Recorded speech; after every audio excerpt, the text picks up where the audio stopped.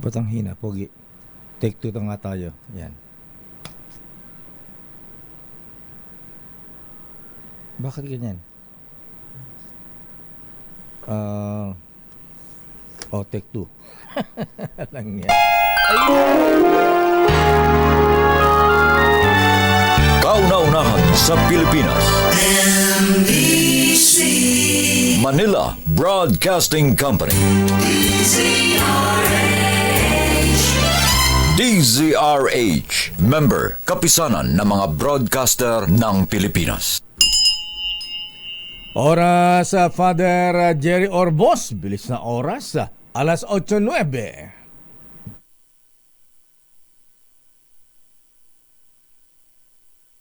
Uy, tagal.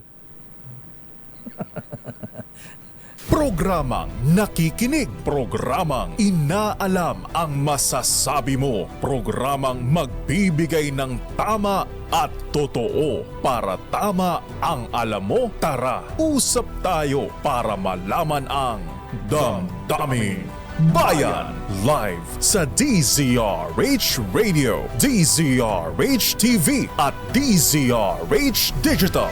DZRH Damdaming Bayan, kasama sina Lakay Deo Macalma at Sister L Elaine Apit. DZRH Damdaming Bayan. Ay, Attorney June Santiago, talagang nakamiss talaga ang dating Senadora Miriam Santiago. Abay, na-miss natin yung mga katulad nito, napapanahon ngayong panahon ng eleksyon na. Ang sabi noon ng yumaong senadora, kaugnay sa mga tumatakbo sa eleksyon, sabi niya, biruin mo, ang pulis dapat college graduate. Ang presidente at senador, read and write lang. Kaya kahit sinong gago, pwede maging presidente, pwede maging senador. Damdaming Bayan. Ay, naka talaga. Good morning, DILG Secretary John Vic Remulla. Abay, ang sabi po ng bagong DILG Secretary, abay, una, ikaw talaga, pilyo talaga itong si Secretary John Vic, Abay, sabi ba naman doon sa 2x2 kanina, hindi Ayan, hindi daw niya kamukha ang kuya niyang Justice Secretary Boying Remulla. Salba itong secretary ito, Pero ang sabi po ng DILG Secretary Mahabigan, abay, talagang sisikapin daw po niya Mahabigan na maging zero casualty, ang pagdaraos ng eleksyon ngayon. Kaya ina-identify na yung mga hot spots, At siguro bigyan din ng nabanggit mo yung pagbibigyan ng incentive, Secretary John Vic, Abay, siguro pwede bang bigyan din ng incentive yung mga lugar na walang karahasan, tahimik, peaceful, Abay, katulad na lamang dito sa sa Mandaluyong, parang sa amin din sa Pinili, Ilocos Norte, Chairman Boy George Garcia. Abay, hindi pa nagsisimula ang kampanya, filing pa lang ng Certificate of Candidacy. Abay, tapos na ang eleksyon, Ay, katulad nito sa Mandaluyong, wala na. Walang kalaban ang mga Abalos at Gonzales dyan. Oy, Comboyet, kumusta ka na, Ayan. At saan pa bang mga lugar na mga ganyan? Ayan, sa amin sa Pinili, Ilocos Norte, Membag nga bigat po Mayor Romela Alabasan at Vice Mayor Mayo Bumanglag. Ayan, doon sa amin ni peaceful. Hindi pala tumuloy si retired General Joel Pagdilaw. So, tapos na ang eleksyon sa amin sa Pinili, Mandaluyong, saan pa ba yung mga lugar na ganyan? Walang makalaban, kung meron man token na lang, parang dun sa mayoralty race dun sa Naga City. Yung kalaban ni former Vice President Leni Robredo. Ayan. Samantalang, ang saan pa ba? Abay, itong si Director Tan talaga, Ayan. Abay, tapos na rin ang eleksyon sa probinsya ng Quezon. Mukhang walang kalaban si Governor Angelina Jolie Helen Tan Suarez. Mayor siya na Star City, Deo makalma ang inyong lingkod, laging handang maglingkod sa bayan. kahit walang formal si Deo. Kayo talaga, ba't nyo pinagkukumpara si Secretary Boyang at Secretary John Vic? Talaga malo, ha? Ayan. Para mo na nga ikinumpara din si Senator Jinggoy at Senator JB. Anyway, mga ganyan pa. Mga kapatid na kung magbiroan ganun-ganun na lang, ano, ha? Anyway, mga habigan, eto, ha, si Pastor Apollo Kibuloy. Abay, paano kayo matutuloy pa ang kandidatura ni Pastor Kibuloy, Chairman Boy George? Lugar siya Abay, kung itinatangin ng Workers and Peasants Party, ha? Na hindi nila kandidato si Pastor Apollo Kibuloy. Abay, paano pa siya makapag-file ng kanyang kandidatura bilang senador? Dahil ang sabi po ng presidente ng WPP party, meron palang ganyan, ha? Ayan, na si kandidato rin para sa pagkasenador si Sani Matula, ha? Hindi niya alam kung sino daw po ang ang pumirma ng Certificate of Nomination and Acceptance dito kay Pastor Kibuloy. Kaya ang sabi po ni Sani Matula, mahabigan, ni isa man sa tatlong otorisadong pumirma ng CONA ay wala daw doon sa CONA na hawak ng Pastor Kibuloy. Ayan. Abay, sino ang authorized na pumirma, Mr. Sani Matula, ha?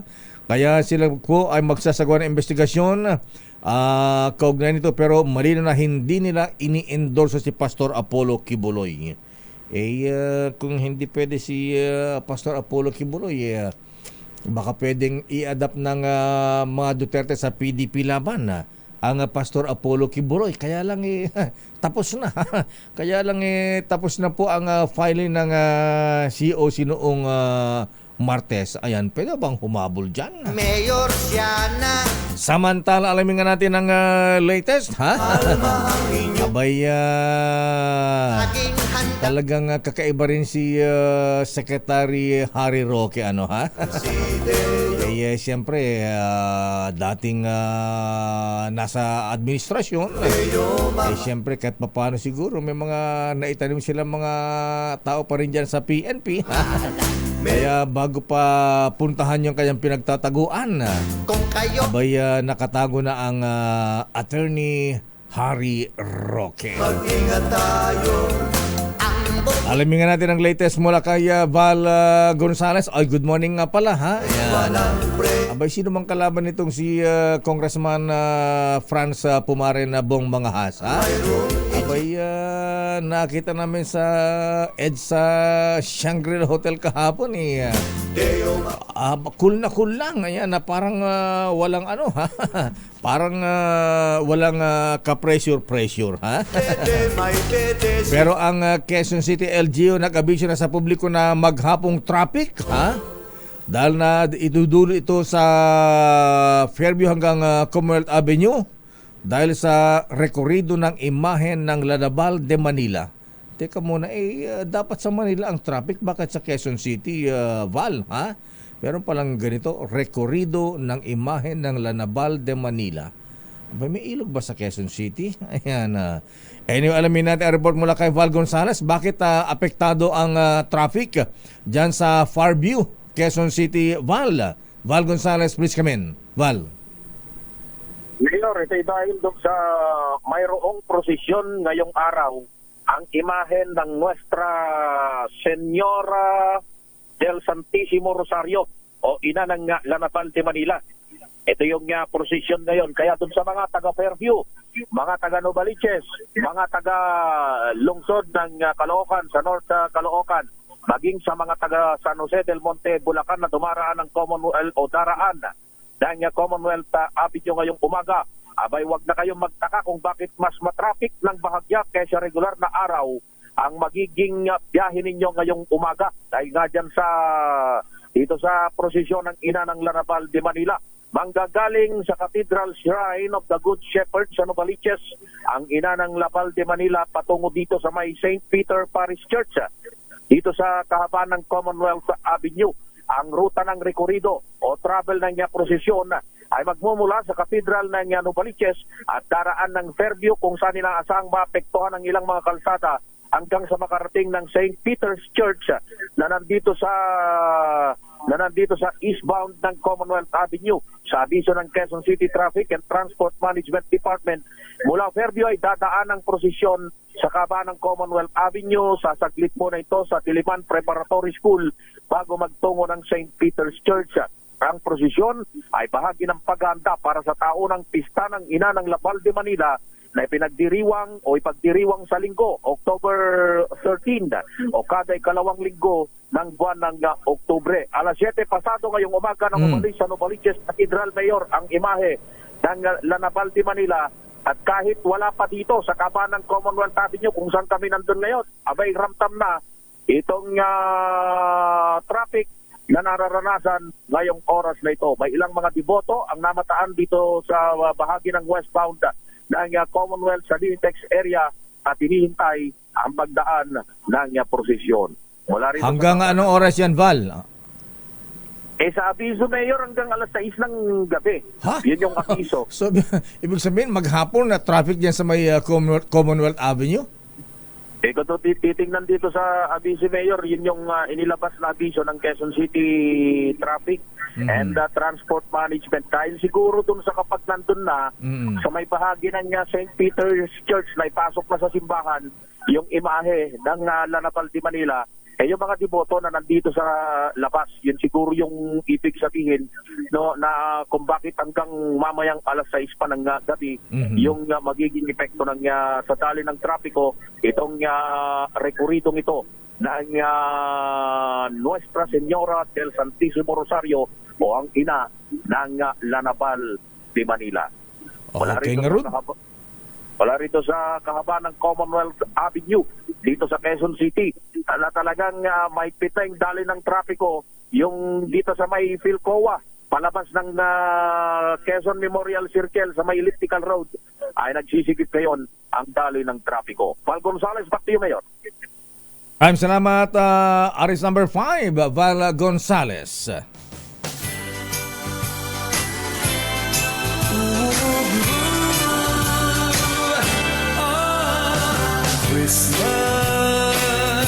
Ilang days before Christmas na lamang mga ninong, mga ninang, ha?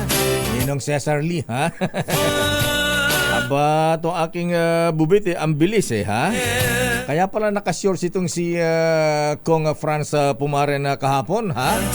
Kuya Edwin Daes, ha?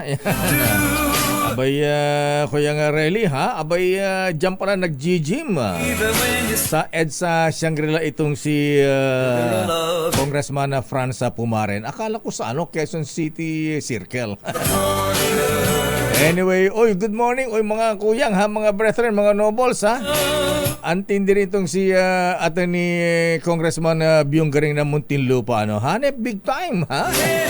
Abay, ang nag-endorse sa kanya, Kuyang Butch Quijada, ha? Miss Body Beautiful. Miss Vivian Velez, ha? Ang Vice President ng PDP Laban, ha? Abay, Kuyang Byung, ha? Alam ba ito ni Manong Rudy Fariñas, ha? Pero sandali lamang mahabigan, alam po niyo yung palang kasosyo ng Miro, ha? Yung provider ba ng isasagawang automated election? St. Gregory ba yun? St. Francis ba yun, ha? Abay, di ba umatras po mahabigan ni ngayon paano na ngayon? Paano ang role ngayon ng Miro system? Ayan, kung ganitong nag-withdraw yung kanilang partner dahil tumatakbo yata yung partner, ha?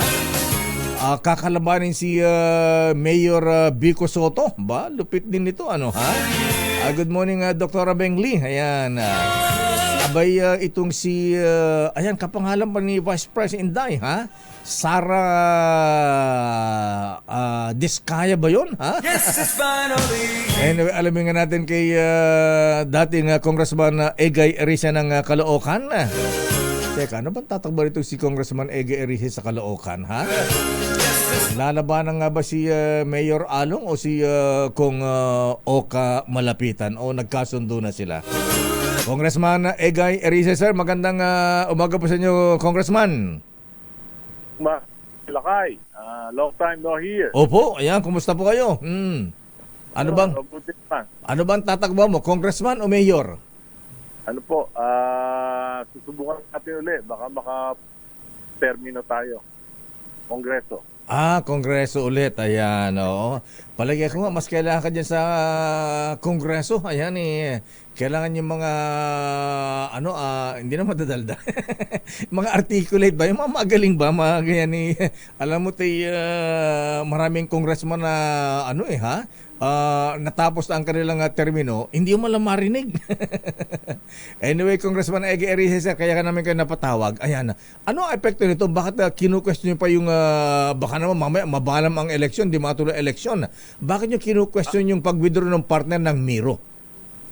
Alam niyo po, tahimik na ako. Hinihintay ko lamang sana yung resolusyon ng Korte Suprema tungkol dun sa aking petisyon. Dahil ako naman po confident na talagang illegal yung sistema na gagamitin sa ating halalan at magdudulot ito ng kaguluhan. Hinihintay ko lang po, pero bigla pong nagulangtang tayong lahat nung in-announce si Chairman Garcia na nag-withdraw na yung partner yung isa sa partner ng joint venture ng Miro System. Ano po, yung ano ba 'yon? Saint Gregory ba 'yon? Saint Timothy. Saint Timothy. Saint Timothy pala. Oo. Ang sinabi niyang dahilan, dahil kinausap daw po nila, sinabi nila, mamili siya dahil para daw maprotektahan yung integridad ng eleksyon, mamili sila, negosyo o pagkandidato. At ang pinili daw po ni Ginang Sara Diskaya ay nag-withdraw the construction. Nawawala ka, Kong Egay. Ayan, ikot ka nga muna. Ayan, lumayo ka muna sa monumento ni Bonifacio. Ayan, okay, proceed. Okay na po. Ayan, okay na, Kong. Ayan, okay. So, sinabi po na nag-withdraw na raw po dahil ang pinili daw ay kumandidato. Pero nag-imbestiga po si Mayor Pico. Inimbestigahan niya yung ng St. Timothy Construction sa SEC, Securities Exchange Commission.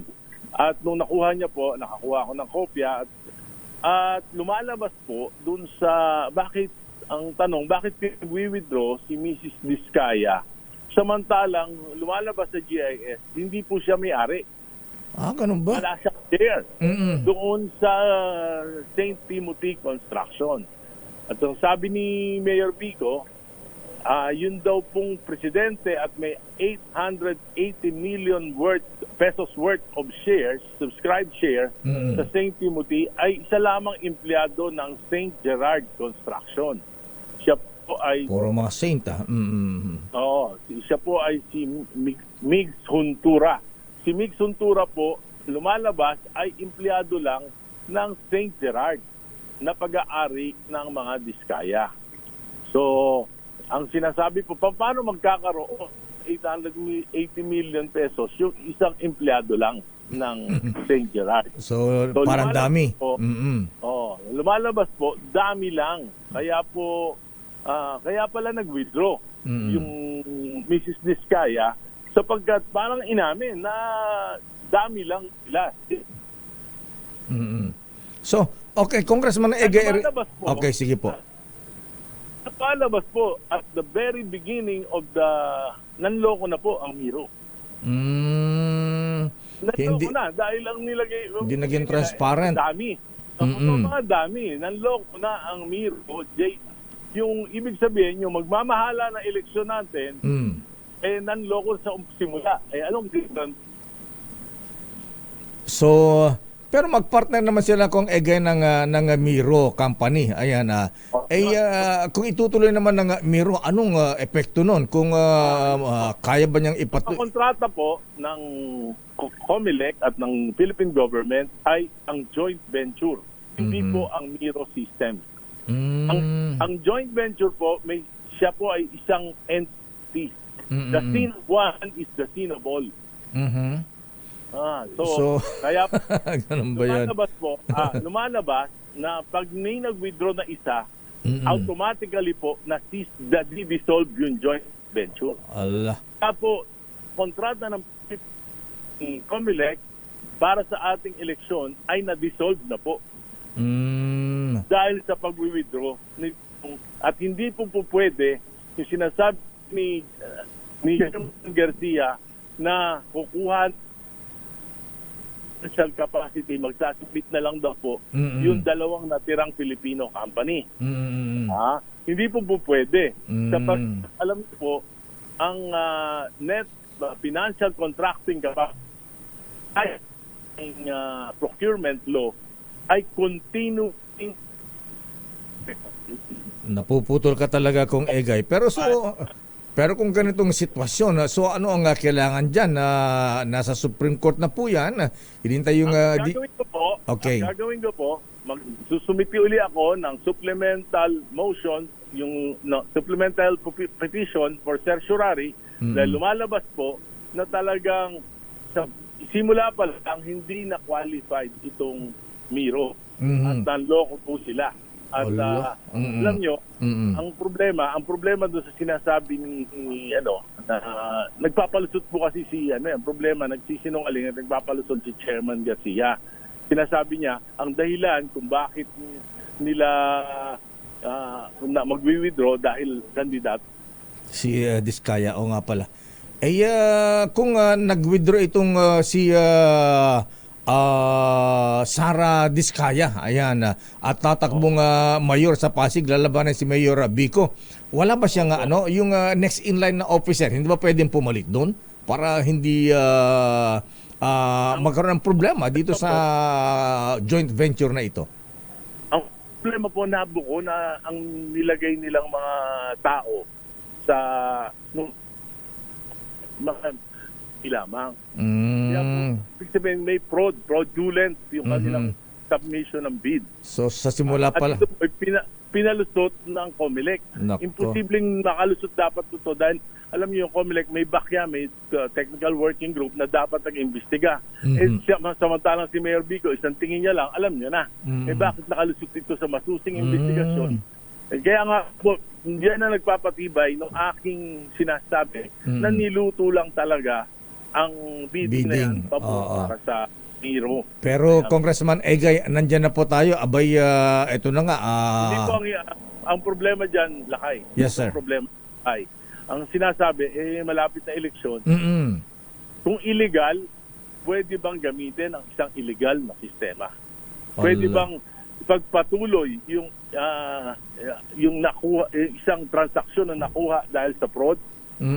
Ngayon po, hanggang ngayon po, hindi pa alam, hindi pa naipapaliwanag na mabuti ni Chairman Garcia kung paano gagana yung makina.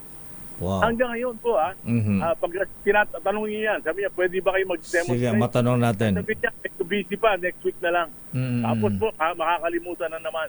Hindi niya po hanggang ngayon. Dahil hanggang ngayon po, ang balita ko dyan sa COMELEC, ang daming ginagawang change order doon sa sistema.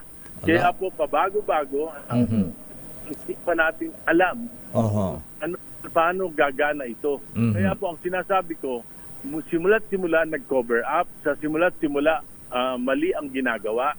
Kaya, ano magiging resulta nito sa halalan? Wow. Ang sinasabi ko nga sa inyo, Lakay, ako po, ituloy nila yan. Talagang ganon. Nandun naman ako. May nakasampa na akong kaso sa Ombudsman. May nakasampa na ako sa Korte Suprema. Kung matuloy yan, confident po ako. Pero Congressman Egay, malaking gulo ito pagka na-nullify, hindi matuloy ang ang Miro system sa ating paggawa ng automated election. Di ba pwedeng isa-isang tabi yung technicality issue para maging smooth matuloy ang election? Technicality issue. Hindi lang po ito technicality issue. Ito po, kasi po parang ang mangyayari niyan, alam niyo ba yung NFTC, ang ibig sabihin nun, ginagarantiyan na may pondo yung kumpanya para gawin lahat ng magagawa. Wow.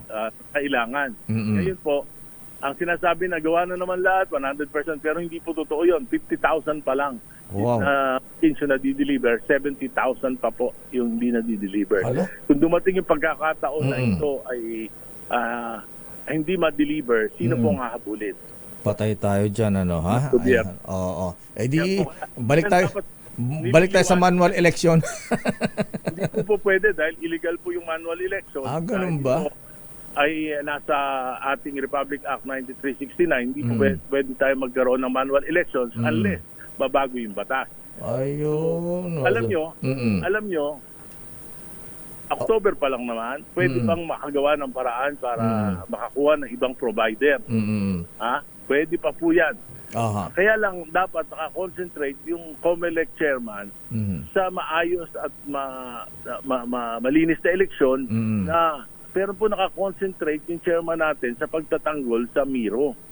Para po lumalabas, hanggang ngayon po hindi lumalabas sino ba talaga yung CEO ng Miro. Sino ba? Yung nagpapaliwanag. Parang ang ginagawa, ang lawyer ng Miro, si Chairman Garcia. Ha? At hindi siya COMELEC. Hindi siya COMELEC. Siya lang yung nagpapaliwanag. Hindi po nagpapaliwanag tungkol sa sistema nila, yung Miro. Sino ba may-ari ng Miro? Nasaan ba yan? Sino ba CEO niyan? Yan ang hindi natin alam. Kasi po hindi ito Miro as in Korean Company. Ang papel lang po ng Miro dito is to provide the machine. Pero yung magpapatakbo, merong pong tech company, meron po yung St. Timothy, pero wala pong lumalabas sino ba talaga yung pinaka-head nila. Ayun. Sino yung operating officer nila, sino yung kanilang chief executive officer ng joint venture. Di ba, di ba pagka nag-bidding na ganyan, di ba nakalagay doon yung mga opisyal ng isang company? Ba't walang ganun dito sa Miro system? Kaya po, wala po. Dapat pag nag-joint venture, meron kayong officers. Tama. Saka nakakita ng kumpanyang hindi nakalita ang mga pangalan ng mga opisyal. Ngayon, lumalabas dito sa mga pagka may problema, ganyan. Nag-withdraw ang partner. Dapat nagsabi, nag-withdraw po ang partner namin na St. Timothy.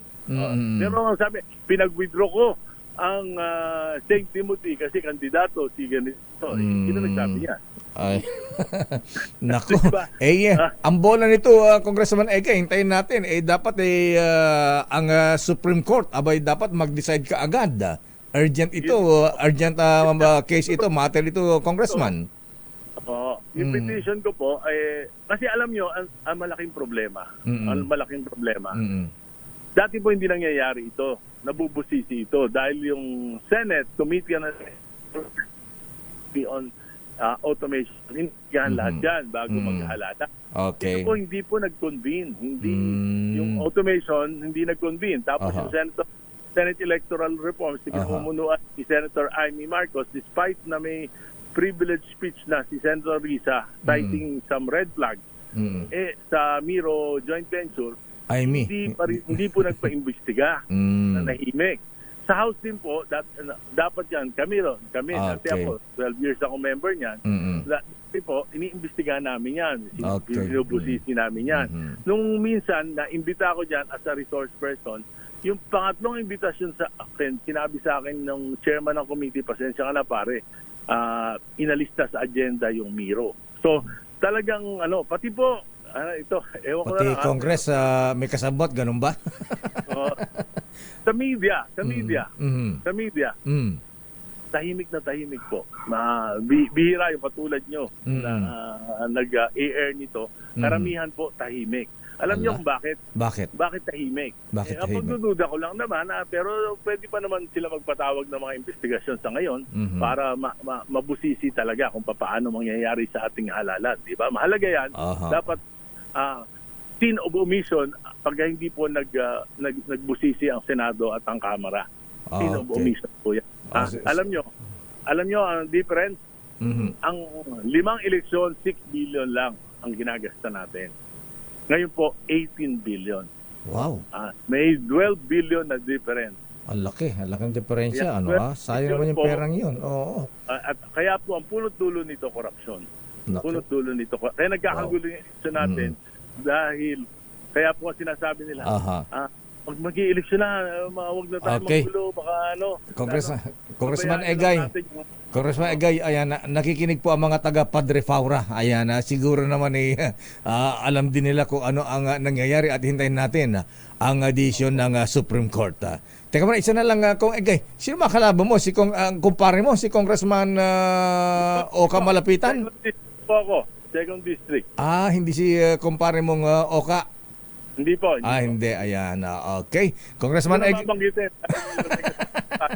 Dapat huwag mo yung promote mo kalaban mo. Okay. Salamat po. Okay, Congressman Egay, maraming salamat. Thank you. Good morning. Maibigan na dating Congressman Egay Erisa ng Caloocan na tumatakbo uli bilang kongresista. Ayan, galit kay Boy George, Comelec Chairman George Garcia. Mayor siya ng Star City. Balikan po natin lang pang mga maiinit natin mga issue sa politika. Talaga naman oo. Handa Pero CJ, ayan, mukhang nasa inyo ang bola dito sa kino-question ni Mayor Vico Soto at Congressman Egay. Wala ako nang kakampi si Kong Egay, ha? Ayan. Teo Lakay. Abay, yung palang kasosyo ng St. Gregory pala yan. Siya pala yung tumatakbong mayora, ha? Ayan. Mayor ng Pasig City, ha? Sino maglalakas loob na lalaban dito kay Vico Soto? Ayan.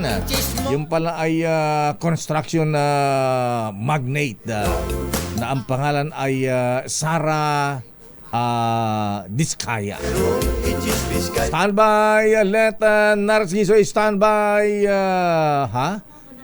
Andyan na si Let. Bakit? Nahuli na si Secretary Roque? Ano ba yan? Nasaan ba si... teka muna. Sige na nga, ha?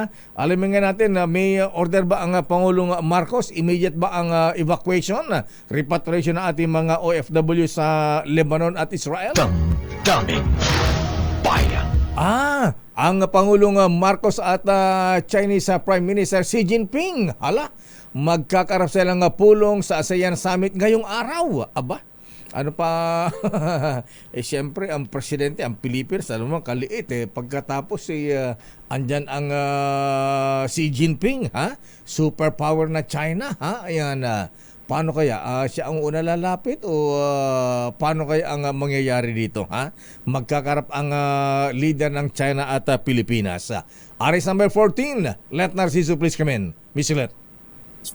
Lakay, 7 magkakasunod na meetings ang dadaluhan ni Pangulong Ferdinand Marcos Jr. ngayong ikalawang araw ng ASEAN Summits and Related Summits dito sa Lao PDR. Una na rito ang ASEAN-China Summit kung saan kakatawanin ni Chinese Premier Li Qiang si President Xi Jinping. Target ng ASEAN at China na bumuo ng konsensus, palalimin ang mutual trust, palakasin ang kooperasyon at pasiglahin ang kapayapaan, katatagan at pag-unlad sa rehiyon. Hindi pa malinaw kung kasama sa agenda ang issue ng South China Sea. Idaraos din ang ASEAN-Korea Summit, ASEAN-Japan Summit, ASEAN Plus 3 Summit kasama ang China, Japan at South Korea, gayon din ang ASEAN-Australia Summit, ASEAN-India Summit at ASEAN-Canada Special Summit. Lakay? Abay, hindi kompleto ang biyahe ng Pangulong Marcos. Andiyan na rin ang President, ang Prime Minister, President Xi Jinping. Teka muna, Chinese Premier, Wala yung na Prime kasi, Minister. wala si- Sinong Prime Minister ng wala China? si- Hindi pala si Xi Jinping. President President Xi Jinping. President Xi Jinping, kakatawanin siya lakay ni Chinese Premier Li Qiang. Ayun, Li Qiang. Wala pala si Xi Jinping Siguro di mo rin nakausapin ito, ha? At alam mo tayo sa ASEAN marami naghihintay dito. Kailangan magkaroon ng stand. Ayan, laban dito sa China kaugnay sa mga bullying sa West Philippine Sea, South China Sea. Lakay, sabi ni Pangulong Marcos kahapon dun sa retreat session nila, hindi pa detalyadong napag-usapan yung issue ng South China Sea. Napahagingan kasi pinag-usapan ang peace and stability sa rehiyon. Alam mo kasi sa totoo lang kasi Mislet yung ibang bansa sa ASEAN ASEAN members takot Ayan, Singapore na lang. lakay. Takot silang baka rumesbak ang China katulad na lamang yung pag e-export ng China ng electric vehicle sa Europe, ha? Abay nagrereklamo ay sabi ng mga taga Eastern European Union, Germany, ha? Patawan ng mas mabigat na taxes yung mga electric vehicles na made in China. Abay ang sabi ng China, sige gawin niyo at gaganti kami. Ayan, Oo, lakay. Actually, yun nga yung isa sa mga nababanggit kasi mahirap bumuo ng tindig talaga yung ibang ASEAN countries dahil syempre isipin din nila yung investments ng China sa kanilang bansa. Yung economic repercussion niyan pagka gumanti ang China. Ay, alam mo naman ang China ang laking business partner yan. Kung magsusupply ka dyan, katulad, simple lang, yung saging lang natin ay pinapadala sa China. Naalala mo yun. Nung nag-boycott ang China, hindi tinanggap yung mga saging natin. Ang laking nawala sa Pilipinas. O lakay, pero ang panawagan lang naman kasi dito, 'di ba, ng Pilipinas wag naman tayong binubuli Yun lang. sa South China Sea, lalo na sa West Philippine Sea. Kaya Yun lang naman yung gusto natin. Tama. Di naman tayo makipaglaban. Yun lang naman ang hiling natin. Huwag tayong masyadong ibuli. Ayan. So, sino ba ang ano ngayon? Parang sino ba pinaka-chairman ng ASEAN ngayon, Miss Let? Pinaka-head? Lakay itong Prime Minister ng Lao PDR, si Sonic Saisifandon. Kung sino ang host ngayon? Oo, sila lakay. Pro-China yan. Anyway, sige, abangan natin kung anong mangyayari. Kung mag-usap ba ang Pangulong Marcos at siguro pagka kinausap ng Pangulong Marcos ang Prime Minister ng China, isama yung leader ng Vietnam. Ayan, para tayong mga grabe binubuli.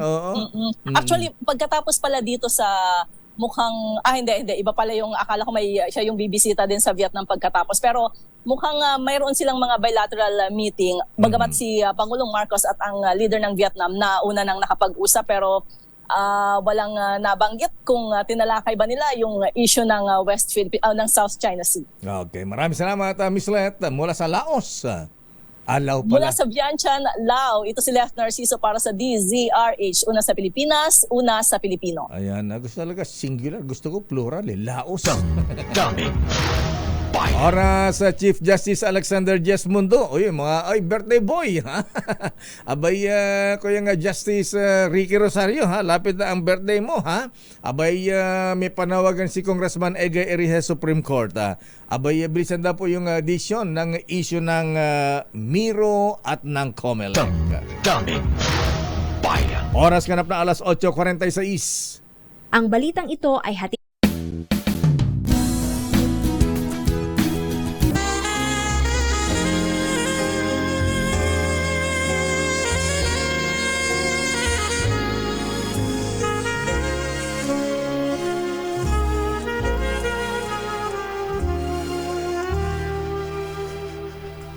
Merry Christmas and a Happy New Year from DZRH.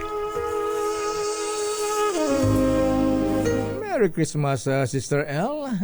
Merry Christmas, Lakay. Merry Christmas, everyone. Ilang days before Christmas? 76 days na lang, Lakay. 76 days na? Oo, ano ka ba? Bilis talaga ng panahon, 76 days na lang po, kaya alam nyo na ngayon pa lang, mag-ipon-ipon na kayo. Mahirap yung nangangapa, Lakay. Mahirap yung walang funds. Kaya nga sabi nga sa atin, ikaw naman, Lakay, ang aga-aga pa, August pa lang, may countdown ka na. Ay, dapat lang. Kasi kauna-unahan po kami. Naginaya na ng iba. Anyway, yun lang naman akin. Parang reminder naman sa mga employers na i-ready na po yung kanilang pa 13-month pay, 14-month pay. Bonus, Lakay. Bonus sa kanilang mga empleyado. Ayan. Kung kumikita naman ng negosyo, bakit hindi magbigay? Share your blessing para lalaking bigyan ng maraming blessing ni Lord. Ay, ganyan lang po yan Ayan. Lakay ang nagbibigay, mas lalong pinagpapala. Sabi nga nila. Ako naniniwala dyan, Sister L. Ako din, Lakay. Naniniwala ako dyan. Kasi Manong Chabit, ang daming pinagbibigyan, kaya pinagpapala ang negosyo. Ay, Manong Chabit, ayan, iba rin ang foresight talaga nito si senador na ba? Governor to senator. Oo, barangay chairman pa nga yan. Kasi alam mo kung bakit yung EV, electric vehicles, Sister L, di ba sabi yun, ma-interview natin kahapon pati tricycle, ayan, pati motorsiklo, electric na rin. Kasi yan ang trend talaga ngayon. Kaya nababahala yung ang European Union. Ayan, wala na ang Germany, mga car manufacturer sa Eastern Europe. Nababahala sila sa pagdagsa ng mga EVs galing China, Sister L. Threatened ba sila, Lakay? Threatened sila. Alam mo na magaya ang China, ang galing-galing. Although na, yes, the best imitator ang China ngayon, Sister Lakay, L. the best sila, pero may pagkapalpak yung mga quality na lang ang dapat nilang ayusin, i-improve. Ayan. Ang sabi ng European Union, sobrang na yata, nag-usap-usap sila. Sabi nga, yung 10% na tax sa mga EVs na nanggagaling ng China, gusto yung taasan ng from 10 to 45%. Ha? Abay, nagharit ang China. Aba, pagka ginawa nyo yan, sige, gaganti kami. Ha?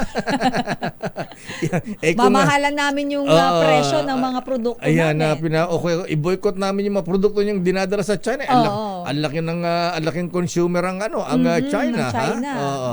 Baka sabihin sa Germany, sige, boycott namin ang iyong Volkswagen.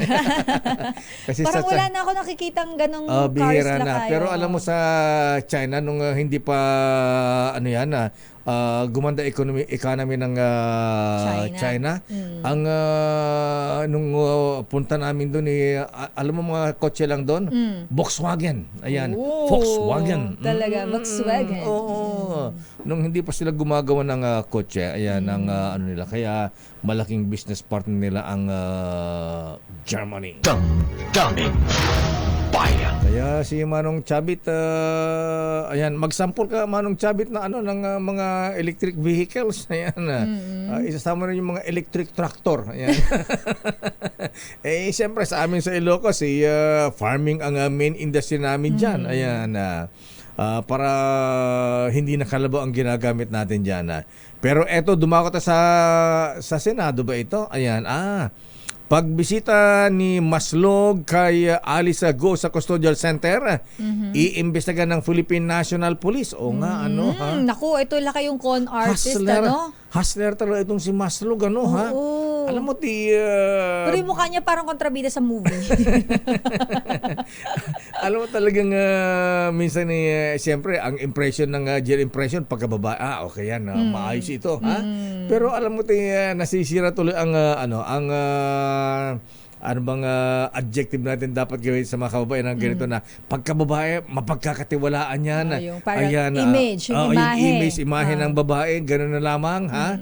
Pero pagka ganitong klase ni Maslog, ayan, nasabi nga ng mga senador, napakasinungaling mo. Professional con artist nga daw Lakay. Ayan, pero ang tanong believe ka rin sa sa galing nito, ha? May mga taong ganyan. Saan kaya yan na-trained? Sino kaya ang kanyang Lakay? Ang kanyang, ano ba tawag doon? Mentor. Advisor, ayan. Saan kaya siya natuto? Siguro si Mawanay. May mga ganyan mga tao na, o nga pala, nabanggit na rin lang natin yan, ha? At eto, Malu, kilala mo ito, ha? Ayan, para nga pala sa mga gumagamit sa pangalan namin itong si Bambi Purissima, ha? Nako. Baka ayan, parang bahaga nito rin ang ginagawa nito, ha? Para po sa mga gumagamit namin, ginagamit ang pangalan namin, itong si Bambi Purissima, ayan. Abay, kung ginagamit po ang pangalan namin, abay, pagka binitukan nyo magpapasalamat po kami sa inyo. Ayan. Lakay, saan ba niya ginagamit ang pangalan mo? Buti man lang sana kung sa maganda, ha? Ay, sama-sama. Ay, hindi po sa magandang paraan. Naku. Hindi lang ako. Ayan. Sino pa, Lakay? Kaya meron ding ginamit din ang pangalan nito, ha? Abay, tinutukan yata itong 45. Ayan, mukhang muntik ng umbagin, ha? Talaga, Lakay? Ayan, ewan ko ba kung kailan magtatanda itong Bambi Purissima na ito. Daming bayan. Ayan, pati dyan sa customs. Sabay, ginagamit ba naman ang pangalan natin? Grabe naman. Ay, Kapal ng mukha. sinabi mo. oo. O, iwasan nyo po yan. Pwede po oo. kayong kasuhan. Ayan, sa Bambi Purisima is the ganyan. name po. Ayan, pag ginagamit po ang pangalan namin sa kalokohan, ayan, kung ano hindi maganda dyan, ayan, kung dagukan nyo, magpapasalamat po kami sa inyo. Pag... Grabe yung dagok na. Ay, oo. Ini-imagine ko yung, yung batok na lang Lakay. Batok yung pare na lang. kong kausap kong kahapon, na ginamit din ang pangalan, nagalit na galit kahapon eh. Ayan, oo. Alamin natin, report mula kay Edniel Parosa. Ilan ba beses pumasok sa PNP Custodial Center? Itong si Maslog Edniel. Edniel Parosa, please come in. Lakay at Sister El, aalamin nga ng pambansang pulisya kung may katotohanan ba sa sinasabing pagpapalabas-masok ng scammer o mano. Tama nga, sabi Sister El, con artist na si Mary Ann Maslog sa PNP Custodial Center para makipagkita kay Alice Go. Ito'y kasunod ng pahayag sa Senado na nagpakilalang tuloy sa pagkaka-aresto sa dating Bamban Tarlac Mayor sa Indonesia. Ayon kay PNP spokesperson, Police Brigadier General Jean Fajardo, inamin ni dating Intelligence Chief Police Brigadier General Romeo Macapas na sinamahan niya si Maslog sa Custodial Center para pigain si Go sa ilang mga impormasyon. Pero dumistansya na si Macapas sa sinasabing second time o ikalawang beses na pagtungo ni Maslog sa PNP Custodial Facility. Binigyang din ni Fajardo na abogado at spiritual advisor lamang kung hindi man pamilya ang may basbas na makabisita sa piitan ni Go. Kaya iimbestigahan kung may nalabag bang protocol sa pagbitbit ni Macapas kay Maslog kasama ang abogado ng dismissed mayor, itong si Attorney Stephen David. Pakinggan natin si General Fajardo. Supposedly ay mga lawyers lamang po at mga personal physician at even spiritual advisors po ng mga nakadetain po dyan. So it was admitted no less than by General Macapas yesterday that he was with the lawyer of Alice Guo and Miss Maslog on the first time na visit po. So titignan po natin yan kung ano po yung naging sadya. Iginiit ng opisyal na hindi basta-basta maaaring ibunyag ang mga inisyal na natalakay sa loob ng custodial facility dahil ang sabi ni General Macapas, mayroon itong kinalaman sa national security. Nauna rito, galit na inakusahan ni Senator Ronald Bato de la Rosa itong si Maslog bilang pumipilit umano kay Go para lumagda ng isang affidavit upang siya'y madiin maging si dating Pangulong Rodrigo Duterte pagdating sa operasyon ng iligal na pogo. Edniel Parosa. Edniel, ang tanong natin, sino bang handler nitong si Maslog? Sino bang sumususi sa kanya? Kung kasama itong si Attorney Stephen David, ayan, alam ba ito ni Attorney David, yung ginagawa ni Maslog? Yan ang malaking palaisipan, Lakay, lalo pat mukhang sa lahat ng anggulo ng kumakausap kay Maslog, mukhang ang sabi nga mahusay siyang magsinungaling. Ang pinamamalita nga niya ay tinap siya ng PNP, pero ang sabi ng PNP hindi. Siya mismo ang lumapit sa amin kasama si Attorney Stephen David para nga makipag-ugnayan dito kay Alice Go. Pero yung physical, kung hindi ko nagkakamali, yung kanyang physical presence o detention, nandun siya ngayon, Lakay, sa NBI. NBI ngayon ang may hawak sa kanya. Pero yung nag-operate sa kanyang likod, di umano, sabi nga na Senator Bato, mukhang taga-Malacanang daw. Oo, sila. Yan kumpirmado. Ang diin ng Senator Bato dyan sa hearing, eto'y may sumususi sa kanya, taga-Malacanang, nag-uutos. Ang malinaw, Lakay, ay kinumpirma ni General Macapas, sa dating intelligence group chief, na first time o yung unang beses ay sinamahan niya si Maslog. At may mga inisyal na natalakay with Alice Go, pero hindi pa ito pwedeng i-reveal sa publiko sapagkat ito ay may implikasyong may kinalaman sa national security ng bansa. Wow, national security ha, matindi. Ayan. Pero ilang beses nagpunta ng krami itong si Maslog kay Alice Go? Dalawang beses ba, Edniel? Dalawang beses Lakay yung sinasabi niya sa Senate hearing. Pero may mga, kung ako nagkakamali, Lakay, may mga artikulo na ilang beses sa krami alone ay nakapasok siya bago itong kanyang pag-testify dito sa Senado. Baka dapat palitan yung mga gwardiya dyan sa PNP Custodial Center. Dapat maigpit sila sa mga ganito. At dapat lawyer lang o kaya immediate relative, ha? Hindi kung sino-sino lang.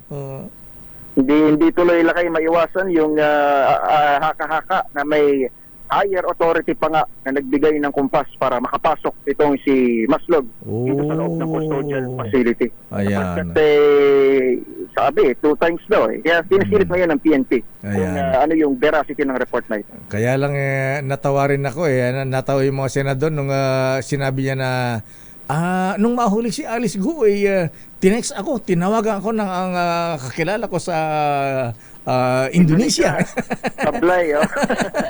Doon sumablay, lakay. Sino ka ba para tawagan? Doon nalaglag, ano? Doon sumablay. Dahil Indonesian authorities, sino nga naman siya para i-text ng... Kaya nga, sino ba siya? Ayan, nasa taga-Interpol ba siya? Ayan, nasabihan na, kung taga-Interpol, maniniwala pa tayo kay mga opisyal ng gobyerno, ha? Pero sa isang sibilyan katulad ni Mary Ann Maslog, ayan, talagang con artist. Ayan, sige, bahala na si Director Jimmy Santiago dyan sa NBI. Maraming salamat, Edniel. Balik sa inyo, Lakay at Sister L. Damdamin Bayan. Samantala, report mula kay Manang Milky, ano ang latest sa Kamara, Sister L? Eto, Lakay. Darating na ba ang Pangulong Marcos sa investigasyon ng Quad Committee? Nako. Kasi andito pa yata sa Manila ang dating Pangulong Digong. Ayan. Yun ang wala tayong information, Lakay. Pero ang BOC kinalampag naman sa patuloy na problema sa release ng mga balikbayan box. Meron pa rin pala hanggang ngayon, Lakay. Hindi pa rin natatapos itong problema na ito. Ano? Pasko na talaga, ano? Yung release ng balikbayan boxes, Lakay, mukhang patuloy pa rin ang problema. Nadidelay ba? Ayan. Alamin natin kung ano-ano yung mga problema. Ako kasi wala naman nagpapabalikbayan box sa akin. Oo nga, ano. Meron lang sa akin parcel. Pasko na kasi, kaya ayan, siguradong dagsa ang mga balikbayan boxes na naman. Yes, Lakay, for sure. Ayan, pero dapat maging maingat din ng customs kasi pagka yung mga balikbayan boxes, Sister L, may mga ibang salbahe dyan, sinisingitan ng kontrabando. Ng kontrabando. Nako, mahirap yan. Pero alamin natin ang detalye na balitang yan mula kay RH12, Milky Rigunan. Mana Milky.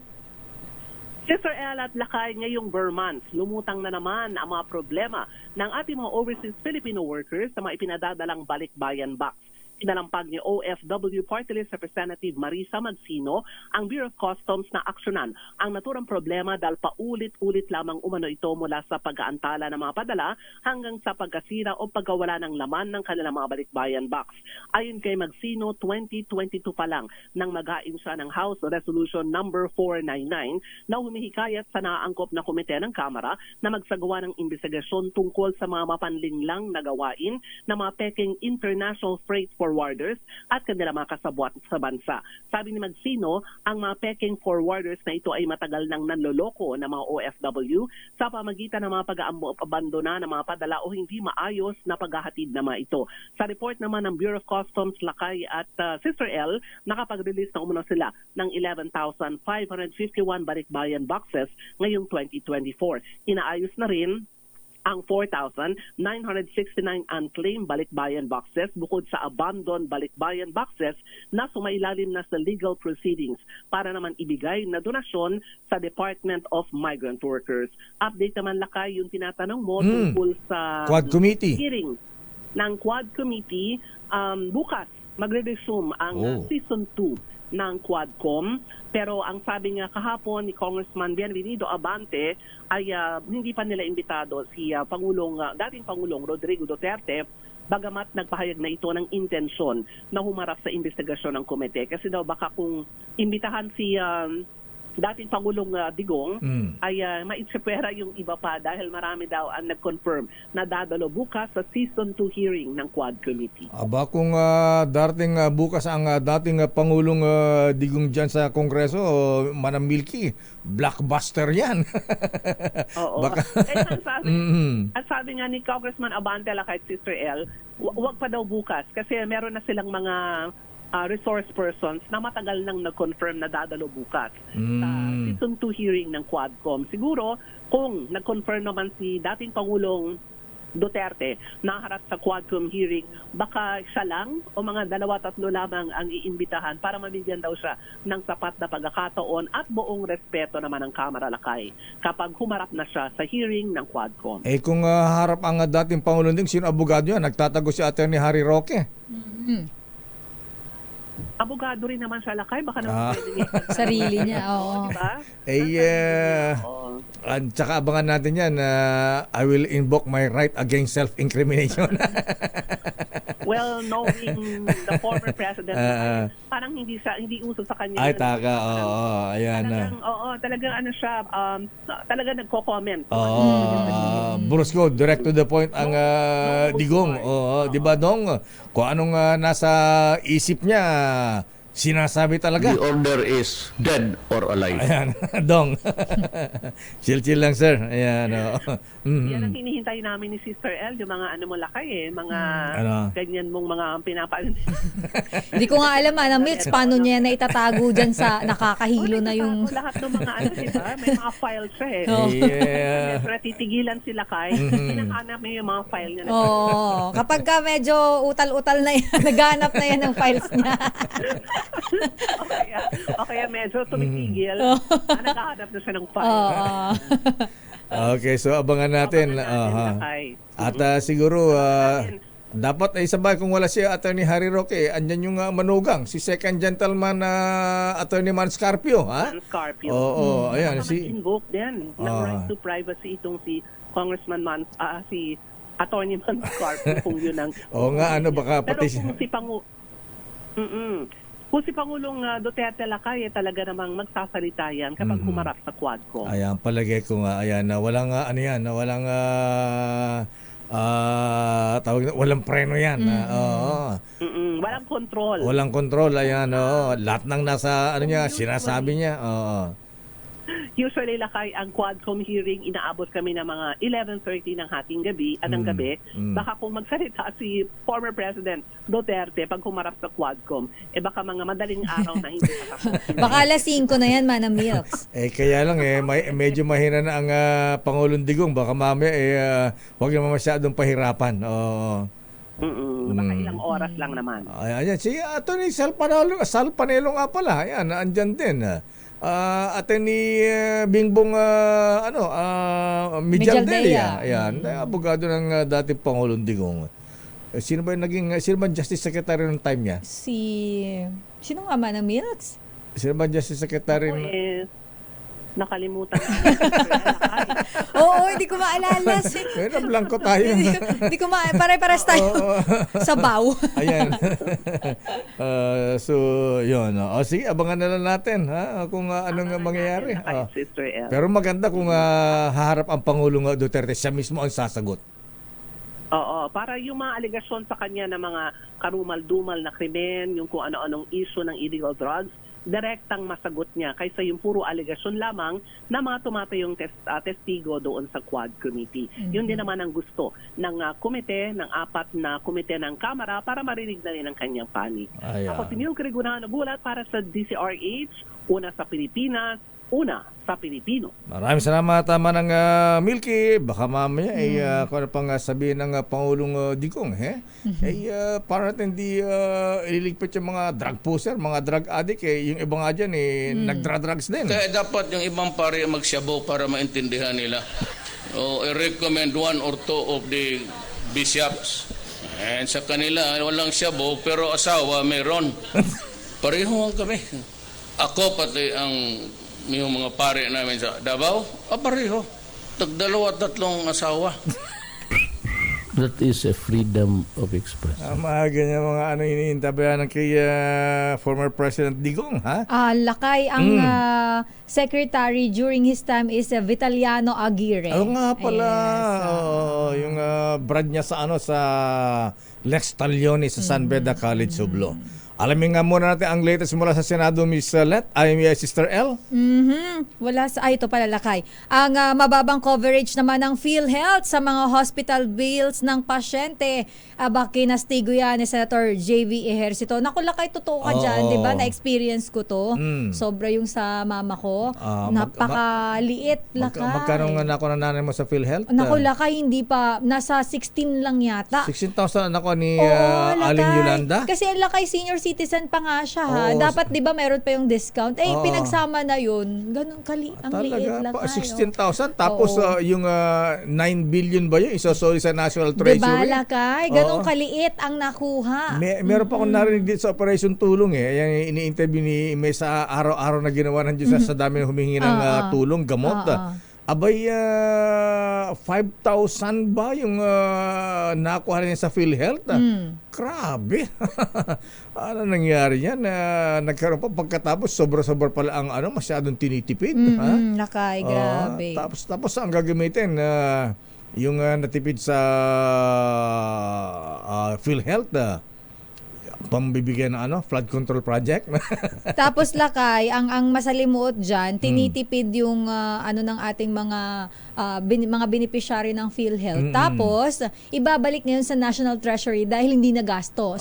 So bakit ganon? Samantalang siguro Secretary Ted Herbosa, pwede mo Secretary, ayan diyan sa DOH ayan lumalabas na diyan sa special na balita natin na sister yung mga procurement diyan. Nako, ang daming alingas-ngas diyan.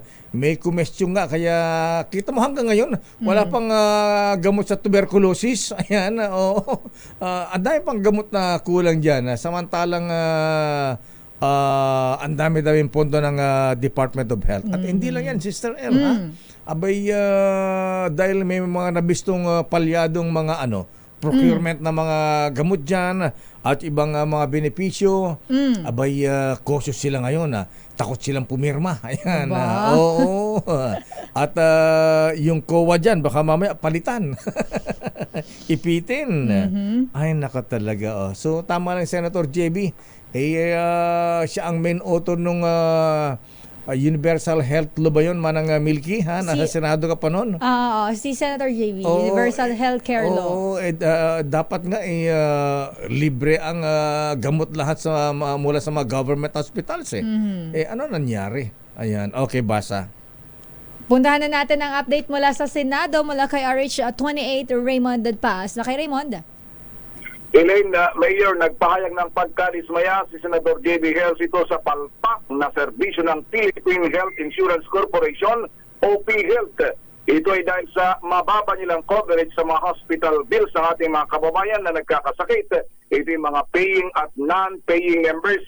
Aminado si Ejercito na bilang author ng Universal Healthcare o UHC Law ay naiinis ito sa nakikitang napakababang coverage ng PhilHealth. Ibinigay na halimbawa ang kaso ng isang pasyente na may 500,000 pisong hospital bill at 12,000 pesos lamang ang binayaran ng PhilHealth. Dahil nasa 5 taon ng implementasyon ng UHC, dapat ay nararamdaman na ito ng ating mga kababayan na pinagsabihan ni Ejercito ang PhilHealth na sila ay hindi isang private corporation na kailangang kumita o magkaroon ng savings na 90 billion pesos. Sila ay gobyerno na dapat ay ibigay ang serbisyo sa taong bayan. Nauna niyang hiniling na dapat ay palitan ang liderato ng PhilHealth dahil sa kanilang kapalpakan. Ang tumatayong CEO ngayon ng PhilHealth ay si Ginoong Emmanuel Ledesma. Narito si Senador J.B. Ejercito. Naiinis ako kapag nakikita ko yung mga ganong hospital billings tapos ang sinasagot ng PhilHealth, kakapinagot, ano kayo? Government corporation? Bangko ba kayo na kinakailangan malaki ang profit o savings sa isang taon? Gobyerno tayo. Dapat yung pondo natin nilalabas natin for services. We are a government. Hindi tayo private corporation na kailangan malaki ang profit o ang savings. Diba? Nagkakamali yata mukhang iba ang ng PhilHealth. No? So I think yung sa isyong to sila po ang may sala dito. Dapat inuna yung mga ospital na meron pang mga outstanding sa kanila. Inuna nila yung mga may mga claims na malalaki tapos kakapiranggot ang binibigay nila. I would want to know, anong basis nila, bakit ganun kakapiranggot ang kanilang sinasagot? Ang bahagi ng pahayag ni Senador J.B. Ejercito.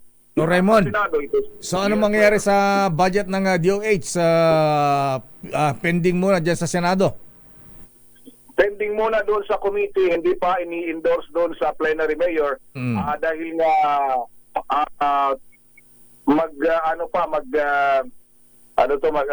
magkakaroon pa muli ng isa pang hearing dahil sabi nga ni Senador JB ay gusto niyang talagang mukhang nagkakatugma sila doon kay Senator Bongo na talagang dapat ay magpaliwanag itong pamunuan ng PhilHealth dahil nga sa kanilang tingin ay talagang napakakulang yung serbisyo at hindi maaring magdeklara ng savings dahil nga napakarami nating mga kababayan ang nangangailangan. Tama, Senator JB, ang mga ahensya ng gobyerno hindi hindi pang negosyo, ayan, serbisyo. Ayan. gusto kumita. Hindi ano ba yan? Sana ka nakakita ng agency na ganyan, Mayor, na nagtitipir ng savings, di pa nakakalahati yung taon, may savings na. Yan medyo masaklap. Samantalang serbisyo, ayan, eto na, nag-retired general ito, ha? Maswerte pa pala ang nanay mo, Sister L, ha? Magkano natanggap ang nanay mo sa PhilHealth? Nasa 16 lakay, pero may kasama na yung senior citizen. Ito, senior citizen din, retired general, ha? Alam mo, magkano na ko lang sa PhilHealth, ha? Ito, nanay mo, ordinary citizen. Ito, retired general, Sister L. 9,000 pesos na ospital na ilang araw. Ang laki-laki ng kanyang bill. 9,000. Diyos ko po, mahabagin naman. Pero ito lakay, alam mo, may nag-message dito sabi sa ating YouTube channel, Sister L, bill ko 285,000, ang PhilHealth ko 6K lang. 6,000? O, kita mo? 6K lang daw. Anong klase yan? Kaya siguro dapat talaga, mabalasan na itong PhilHealth na ito. Okay. Yun ang kanilang hinihingin itong sila Senator Bongo at saka ni Senador JB Ejercito. Yung ating antabayan, mukhang dumadami din yung mga, siyempre yung iba naman kasi siyempre gaya nila Senator Bongo at Senator JB, yun yung kanilang advocacy. Lalo na si Senator JB dahil nga siya yung author mismo ng Universal Healthcare Law. Universal Healthcare Law. Kaya hanggang ngayon hindi pa rin nararamdaman daw ng marami sa ating mga kababayan yung serbisyong pangkalusugan, Mayor at Elaine. Ayan, okay. Maraming salamat, Raymond. Mula sa Senado na ngayon, budget deliberation sa DNR at ganoon din sa Civil Service Commission. Ito si RH28, Raymond Adpas para sa DZRH, una sa Pilipinas, una sa Pilipino. Damdamin Bayan. Ito pa ha, ayan, kita mo, nag-text niya ating bubit yan. Dito lang sa DOH, ayan, yung medical assistance for indigent patients, puro soft project. Asan na ang report kung nagagamit nga ba sa mga mahihirap? O, kita mo, ha? Alang ya. Mukhang ang DOH mukhang marami rin ang anomalya dyan, Secretary Ted Herbosa, ha? Anyway, kaya galit na galit yung yung iniipit yung taga-COA doon. Ang dami na didiscover yung mga anomalya. Anyway, babalikan natin lang pang mga report, Sister L. Ayan, mamaya, sandali lamang Attorney Sani Matula, ang National President ng Federation of Free Workers, FFF. Ito yung may-ari ng Workers and Peasants Party, na ginamit ni Pastor Apollo Kibuloy sa kanyang CONA. Ayan, Certificate of Nomination and Acceptance. Pero ala naman daw silang pinipirmahan. Hindi nila alam yan. Paano nangyari? Sandali lamang. Babalikan po natin yan. Damdamin Bayan. Pero sandali lamang, babati muna tayo ng happy birthday, Sister L. Batiin ko lang happy birthday si Mr. Rolls Royce. Ayan. Wait lang. Sino nga yan? Rolls Royce, Mr. Willie Titen. Ayan. Hello po. Ayan, Good Mr. morning. Rolls Royce na, Mr. Mini Cooper pa. Ayan. Parang Willie, happy birthday. Laban tayo dyan. Ha? At, si Kuyang Kong Bem Noel. Happy birthday, Kuyang Bem.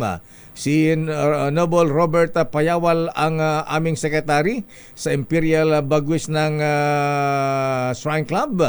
Kay Mr. Robust, birthday ni Mr. Robust, Albert Chua, ha? at Congressman Franz Pumaren na easy lang, walang kalaban ito. Maria Contesa Magalona, Colonel Dante Aquino, Jeric Jinggoy Pangasinan. Ayan, ano apelyido dito, Colonel Joseph Datorco yang sir. Ayan, Jeric Jinggoy taga Pangasinan. Naku, nawala apelyido. Kuyang Severo Sinense at Kuyang Edmar Isipa. Happy birthday at ganon din kay JB Masagka ng Kapitolyo ng Bulacan. Buwabate ang Governor Dan Fernando at Tenny Ramirez Bautista. Ay, hello po. Nakatutok din sa atin ngayon lakay si retired Admiral Bordado. Isang magandang umaga po. Ayan. At si Kuya General Andre Dizon dyan sa Bicol. Hello, Ayan. Jen. Diyos marahay na aga.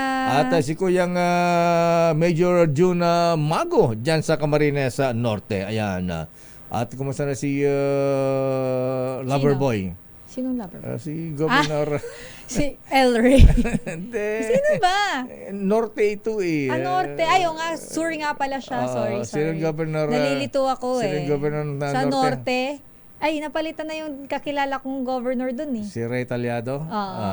Sino na nga bago dun lakay? Alam ko siya ang governor eh. Dati. Daming bayan. Oras, Sister L. It's 9:26. Ang balitang ito ay hatid sa inyo ng Makati Met.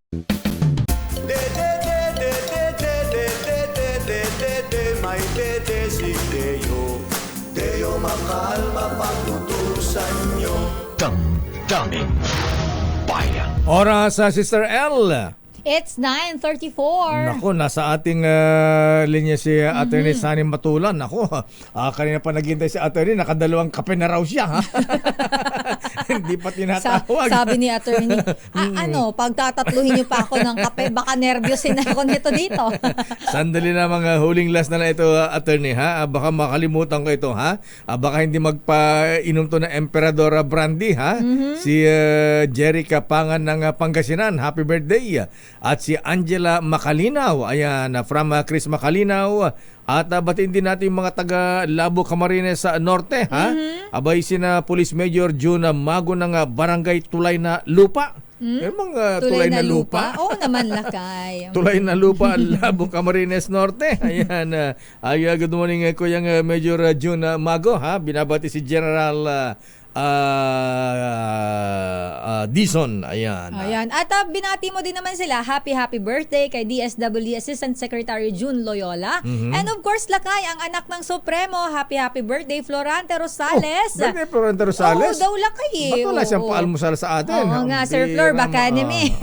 At happy 48th wedding anniversary kina Nora at Peter Luwalhati ng Don Mariano 5, Cainta, Rizal. Baka mamaya si Atty. Sunny Matulap ang magpadala dito sa atin ng ng utong tsaka kabatiti, mga gulay-gulay. Pampalakas na resistensya ng lakay eh. Anyway, nasa ating linya na po mabigyan si Atty. Sunny Matula ang ng Workers and Peasants Party. Ha? Ayan, mariin ang kanilang pagtanggi na hindi nila ini-endorso itong si Pastor Apollo Kibuloy sa kanyang pagkandidato bilang party list ba? Senador? Senador. I think senator siya lakay. Senador, ayan. Attorney Sunny Matulat, sir. Magandang umaga po, Attorney. Good morning, Attorney. Yes, tama ka, lakay, Dio. At Ma'am El, tama yung sinabi nyo na hindi po namin inendorso si Apollo Kibuloy na maging senador. Kasi hindi mo namin siya kasapi at hindi siya mag-qualify na kandidato ng Workers and Peasant Party. Napakabigat po ng kanyang mga krimen kung saan siya inakasahan, yung qualified human trafficking at yung sexual abuse sa mga kabataan. Diyan lang po ay palagay ko hindi napapasa sa executive committee para i-endorso na maging kandidato si Apollo Kibuloy. Kaya po kami nagtataka at nagulat na yung aming pangalan ay nadamay doon sa kanyang filing of a certificate of candidacy nung last day of the filing of candidacy sa COMELEC. Akala namin tuloy, Attorney Sunny Matula, member din ka ng Kingdom of Jesus Christ. Hindi po, hindi po. Hindi po. Hindi po tayo kasangkot o kasapi ng Pero Kingdom of Jesus Christ. Opo. Pero attorney, kasi may idea ba kayo bakit sa lahat ng gagamitin, ito pa pong Workers and Peasants Party, ang napili niya pong gamitin, meron po ba sa inyong hanay nakakilala ni Apollo Kibuloy? Sa kasalukuyan po ay wala akong nakita maliban kay Attorney Tolentino na noong 2022 ay naging bahagi ng WPP siya at after the election noong 2022 ay nawala naman siya, naglaho siya at inactive sa partido. Pero ngayong inendorso nga si Apollo Kibuloy ay biglang lumabas yung pangalan namin. Kaya po hindi yan na siya otorisado at wala siyang kapangyarihan na inendorso si Apollo Kibuloy. At tatlo lang po ang aming pinag-usapan at inauthorize ng National Convention na pumirma ng Certificate of Nomination and Acceptance. At yun po ay ang inyong lingkod, ang presidente ng WPP, Attorney Sani Matula, at yung aming ang chairperson, si Attorney Ariel Arias, at yung pangatlo ay yung aming senior vice president, si Dr. Oscar Morado. Yung pang-apat namin, General Secretary namin, ay sana inauthorize namin yun pero nasa labas yan ng bansa kaya hindi po si Attorney Montaño nakapirma doon sa o hindi nakapagbigay ng specimen signature. Kaya kaming tatlo lang po, si Attorney Arias, si Dr. Morado at si Attorney Matula ang otorisado. Sino pong nakapirma doon sa kona ni Pastor Kibuloy at Attorney Matula kung nakita nyo na po? Hindi ko pa nakita yung kanyang certificate of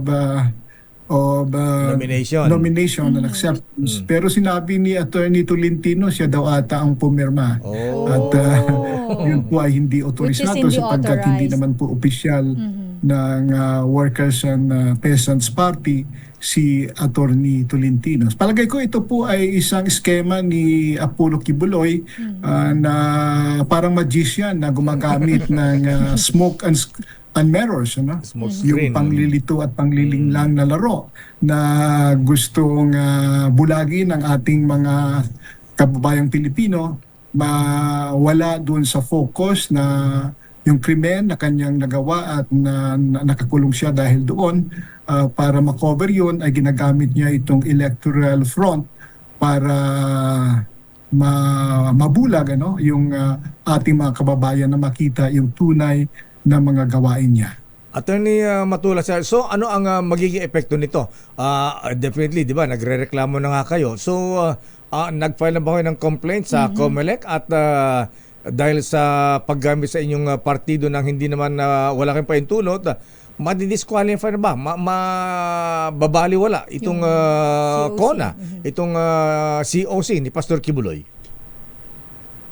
Sana yung kanyang CONA ay mawala, no? Kaya magpa-file kami probably next week ng petition to cancel his CONA for it is not authorized. Kung nakikita natin na mayroon pagsisinungaling o misrepresentation, ay maaring pinag-aralan din po namin yung pag-file ng criminal case laban sa kanya sa piskalya dahil yun po ay perjury ang tawag noon ang misrepresentation sa mga dokumento na under oath, no? So maaring falsification din yan ng public documents. So pinag-aralan po yan ni Attorney Arias, yung ating chairperson ng Workers and Peasants Party.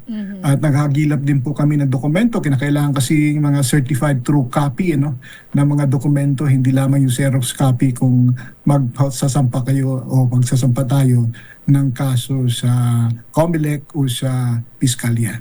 Ito yung partidong Workers and Peasants Party, Attorney Sani Matula, sir. May mga kandidato ba? Kayo ba'y kakandidatong senador?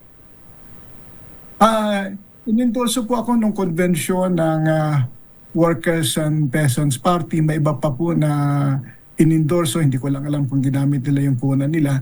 Kaya inaayos pa namin yung mga nagpa-file ng mga kandidato. Pero doon sa mga inendorso ng Workers and Peasants Party ay wala po yung pangalan ni Apollo Kibuloy, ano?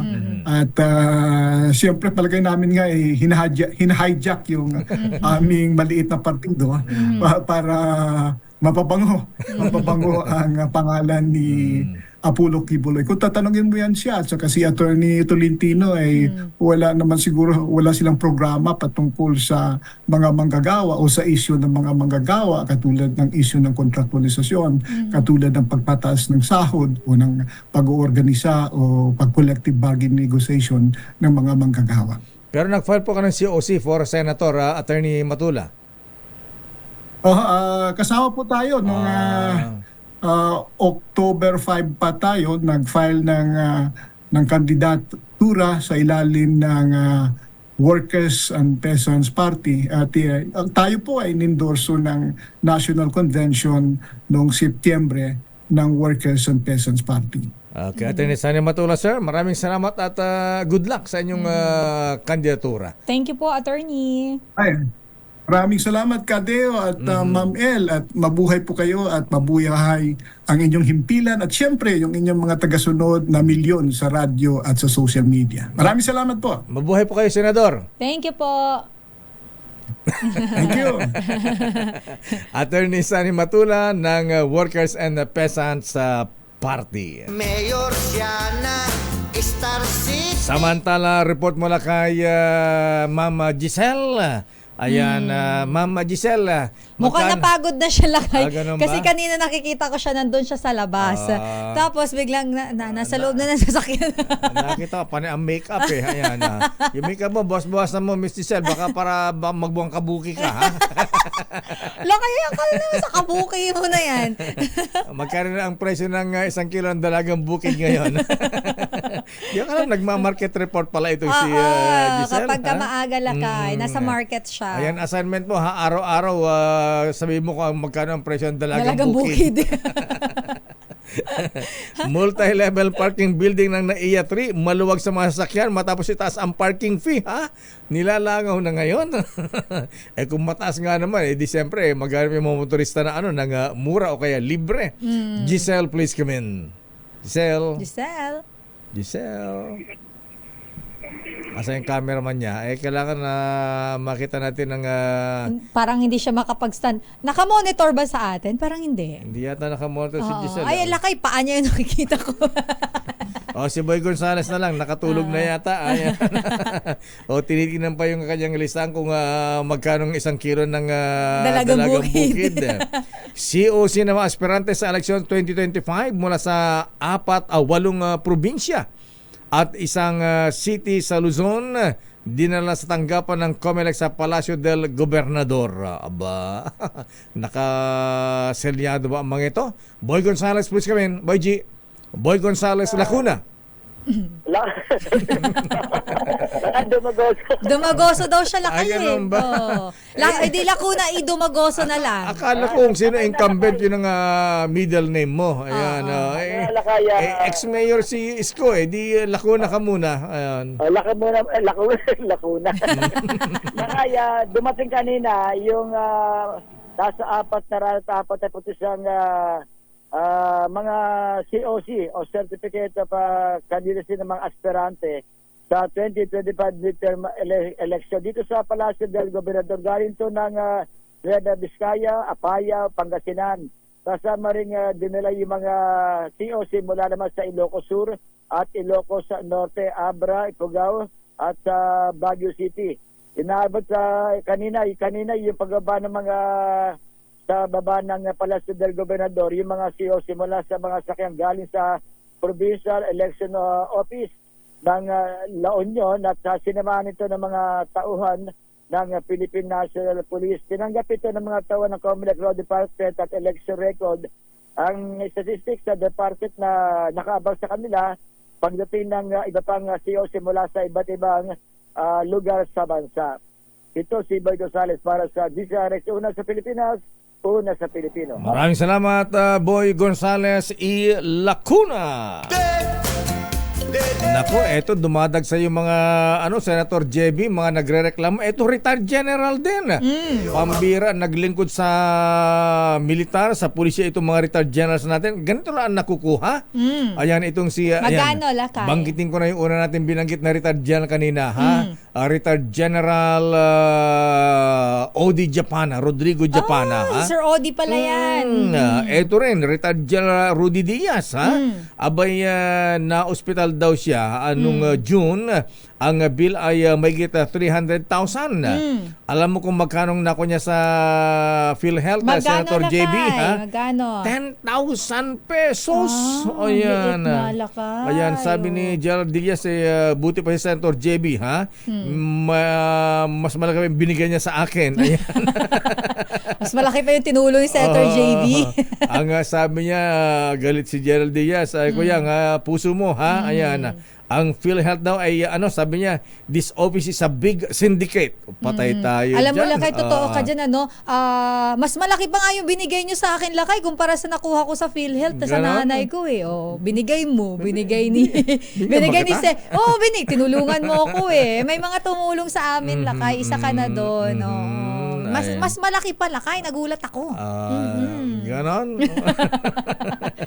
Batiin na naman natin si Colonel Nilo Binluan, dating PSG officer, running for a vice mayor ng Binmal, Pangasinan. Aba, good luck, ha? Colonel Nilo Binluan. Ang dami mga retired military at police officers ang tumatakbo ngayon, ha? Nice pa nilang maglingkod sa bayan. Alamin natin ang report ni Miss Dalagang Bukid. Ayan na. Mukhang ready na siya sa presyo ng Dalagang Bukid. Lakay mo na sa akin yung Q-sheet. Ayan. Sinabi na yung nilalangaw daw ang parking lot ngayon sa naiya pa. Mukhang nilalangaw nga. Walang tao. Nandun ba siya? Alamin nga natin, Lakay. Nandyan ngayon live si RH15, Giselle Ricafort. Giselle. Lakay, Sister L, maluwag na maluwag itong multi-level parking building ng Ninoy Aquino International Airport. Ito ay matapos niyang itaas ng New NAIA Infrastructure Corporation yung parking fee dito sa Paliparan, bagay na inaangilan naman ng mga lehitimong pasahero nitong airport. Kanina, Lakay, inikot natin simula doon sa parking A hanggang sa parking E nitong multi-level parking area at mabilis mong mabibilang yung mga nakagarahing sasakyan. Pero merong isang sasakyan dito yung kapansin-pansin dahil napakakapal na nung alikabok na tila matagal nang nakagarahe dito sa parking area. Merong nakapaskil yan, Lakay, na please proceed to APD office at merong nakapalibot din na caution na tape. Nagsisimula sa 50 pesos ang bayad dito sa parking sa unang 2 oras, 25 pesos naman sa karagdagang oras, 1,200 kapag overnight at karagdagang 25 pesos sa susunod pang oras. Samantala, Lakay, sinaasahan ng kilay ng mga pasahero nitong NAIA yung pagtaas sa parking fee kasabay noong pagtataas sa service fee ng Paliparan. Sa panayam natin, sinabi nila na dapat munang inuna ng New NAIA Infrastructure Corporation yung pangako nilang pagandahin at i-modernize ang Paliparan kaysa itaas yung meet at si service fee, parking fee dito sa Paliparan. Inaangilan din nila yung 6 hanggang 300% na pagtaas sa singil sa parking ng mga eroplano dahil sigurado daw natataas din yung presyo ng mga plane ticket. Pakinggan natin yung bahagi ng ating mga panayam. Maganda nga talaga na unahin muna yung services dito sa loob, yung facilities, kaysa sa parking. Kasi ang naapektuhan talaga yung mamamayang tao. Yung unahin kung ano yung mas magiging maganda sa aming mga pasahero. Siguro yung pagtaas sa ngayon hindi na muna dapat unahin. Kasi ito si Giselle Ricafort para sa Deezer Giselle. sa Pilipinas. Una sa Pilipinas, Giselle, Lakay. magkano nga 1 kilo ng presyo ng Dalagang Bukid? Ay, Lakay, ang dalagang bukid, mahal din yan kasabay ng galunggong. Nasa 200 plus yan ang kada kilo. Alin na mas mahal, presyo ng galunggong o Dalagang Bukid? Galunggong pa rin, Lakay. Galunggong pa rin. Ang kada kilo. Pero sabi ng mga nagtitinda, Lakay, mas mura na tong 240 pesos kada kilo ngayon dahil doon daw sa nakalipas na 3 linggo, 380 daw, pumalo pa yan ng 380 pesos. Ha? Ang Gigi? ang GG Lakay. Wow. Pero ngayon 240 na lang yan. Yung hanggang 380 pesos na presyuhan, particular doon sa Kabiyasan Public Market Lakay, taliwas doon sa monitoring ng Department of Agriculture na pumapalo lamang sa 240 pesos hanggang 360 pesos ang kada kilo. O yan. Pero mukhang hindi ka naman dalagang bukid. Mukhang dalagang CG ito eh, ha? CG. Ano CG? CG. City girl. Akala ko salmon. Siya isang salmon. Ayan. Akala mo call girl. Nadala na daw siya, Lakay. Dala na daw siya. Dala na. Okay, maraming salamat Miss Giselle. Ayan. Salamat Lakay. Sasama, ipapakilala kay Rene Salud. Ayan, sasali ka sa fashion show. Runway. Kailan rumampa ka. Ayan. Ayan. Akong talent manager mo. Malaki komisyon yan. Maraming salamat, Miss Giselle. Salamat Lakay, Sister El. Ayan, dalagang bukid. Ayan, Giselle Ricapon. Hindi nga siya dalagang bukid. Diba? Dala ng bukid. Dala na daw siya. Dala na. Ayan. Pero siya ay, para sa akin, siya ay isang salmon. Pinkish-pinkish siya. Ayan, ha. Batiin mo natin si, mga brethren sa Batangas, ha, mga kuyang, atong pamangkin natin, si Marcus, ha? Ito hindi Marcos, Marcus Mendoza. Aba, tumatakbo rin pala itong board member ng Batangas. Ayan. Good luck. Abay, panganay ba ito, kuyang Noble Kong Sek Dong Mendoza? Ayan. Marcus Mendoza for board member. Ako gusto ko rin tumakbo, Lakay. Saan? Tatakbo rin ako.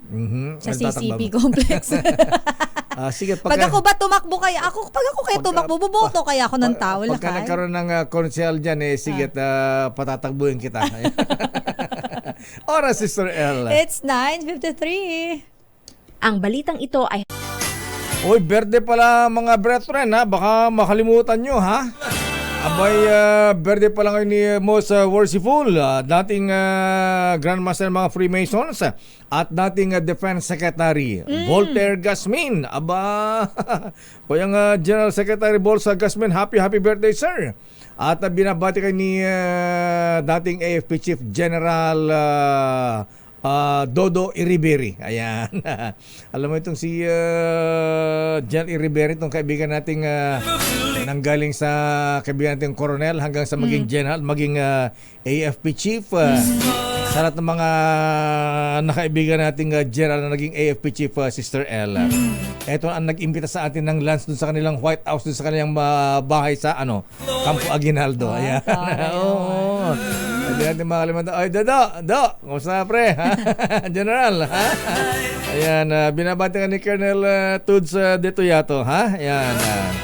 Abay, saan ba ang handa ni Secretary Bolsa Gasmin? Binabati din ng mga snakes. Aba, ang binabati ng Dahong Palay Chapter Grand and Glorious Order of the Knights of the Creeping Serpent. Mga snakey. Ayan, mula kay Kuyang Barney Hosana. Ba? Secretary Bol, sa labo tayo dyan. Binabati natin si Kuyang Tom Angeles ng Olongapo City at si Eric Pangan, Isaac Dong Mendoza, ha? At ganoon din si Kuyang Rodan Deliso, ha? At Kuyang Hil Kiambao, Noble Sir, ha? Abay, opa, di mo sinasabi, berde pala ni Ateng. Ayan, si Ateng Bernie Kiambao. Binabati niya kanyang dating boyfriend, lubos na nagmamahal. Ayan, ang sabi niya, my one and only. Papalakas ka. Papalakas. Marami ka atraso kayang GQ, ha? Ayan. Happy birthday ating Bernie Kiambao. Mula ko yung Hil Kiambao. Ayan, may barikan ka diyan sa Batangas, At binabati natin si Kuyang Robin Go ng Cotabato, Kutang Batulads dyan sa Cotabato City. Good morning, Kuyang Dado Pelegrito. Ayan, ano meron sa Grand Lads ngayon?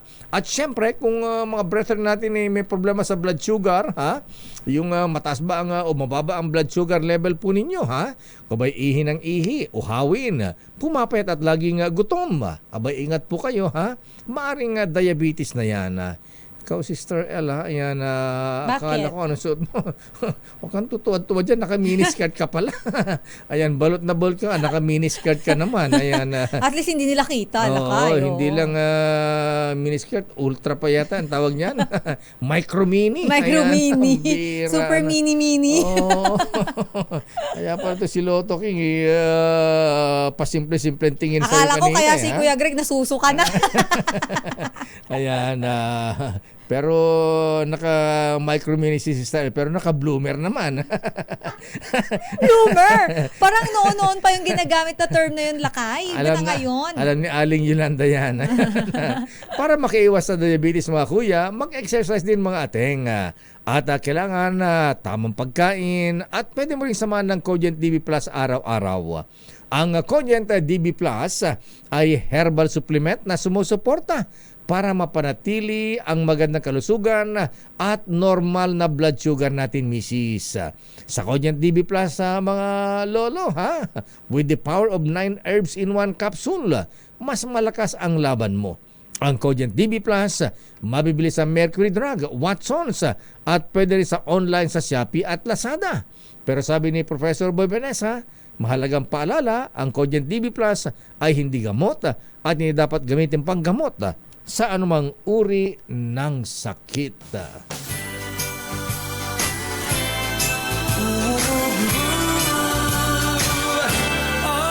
Ay, good morning, Erica Balcos ng Pagcor. Ayan, manang Twinkle Valdez, ha? Ayan. At si Chairman Al Tenco, ayan.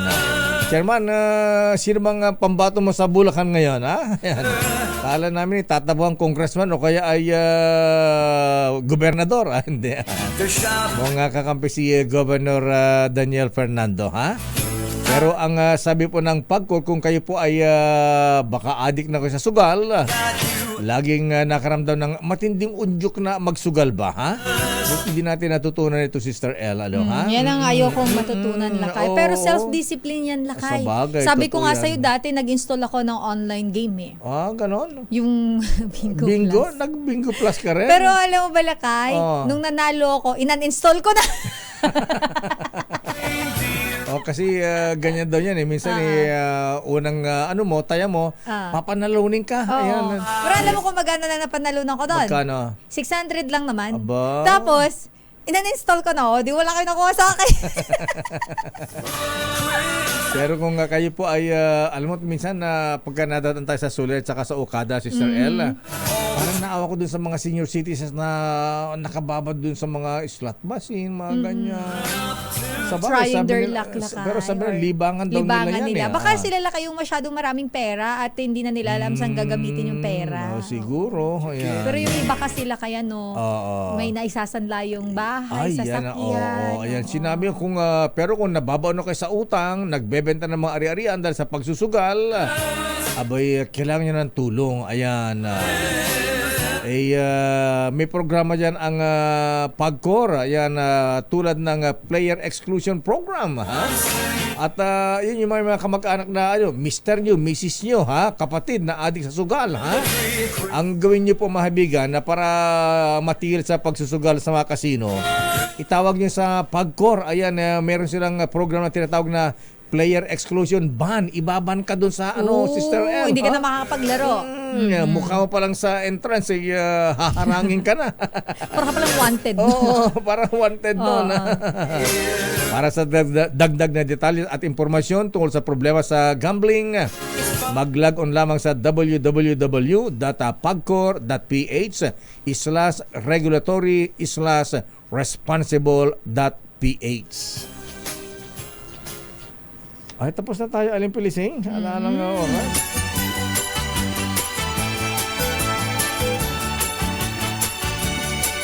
At yan po, mahabigan ang kabuhan natin palatuntunang damdaming bayan.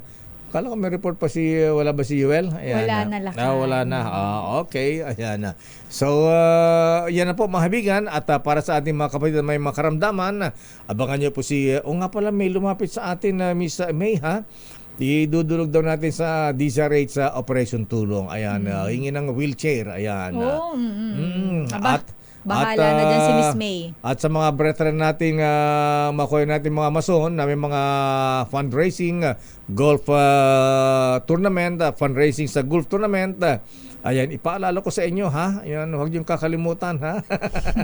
Ang inyong CSR, ayan, Corporate Social Responsibility, ika nga i-share niyo yung blessing ha. Mga kuyang, huwag niyong kakalimutan ng DCRH sa Operation Tulong. Ayan. At yan ang kabo nating damdaming bayan. Inuulit ko po mahabigan. Abay, paalala po, baka makalimutan po ninyo. Teka muna, ba't nasasapawan si Feliz Navidad? Di tayo, baka mamaya makalimutan tayo tumatakbong mayor ng Star City. Mayor siya ng Star City. Deo Makalma ang inyong lingkod. Laging handang maglingkod sa bayan. Kahit walang porbaryo si Deo. Mayor for Star City, Deo Makalma po lamang. Nakalimutan, number 1 sa balota. Number 7 pala. Number 7 sa balota. Ayan. Wala ka naman daw kalaban eh. Ganun ba? Baka may mag-donate na. Pwede ba labanan mo ako para maganda? Ayoko lakay. Nire-respeto kita eh. Tsaka walang maniniwala. Ayan. Tsaka pwede mo ako, konsehal lang ako. Ayan. Konsehal muna ako. I'm administrator. Ayan. Ayoko. Sige, konsehal na lang. Mahirap maging administrator. Nung utos-utusan lagi. Sister El po, Elaine Apit, stay safe everyone. God bless po. Operation Tulong Wonder Woman. Ayan. Ayan, nominee naman sa CMMA ang Wonder Woman. Ay, oo. Gusto ako din lakay. Gusto ko rin din mag-thank you. Ayan, kami ay finalist ng Catholic Mass Media Award. Yung programa ko lakay na Nightlife with Sister El. Good luck. Ayan.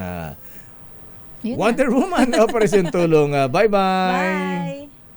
Mayor siya ng Star City. Immune Pro. Para malakas ang immune system, magtiwala sa Pro. Immune Pro. This time check is brought to you by ACS Manufacturing Corporation.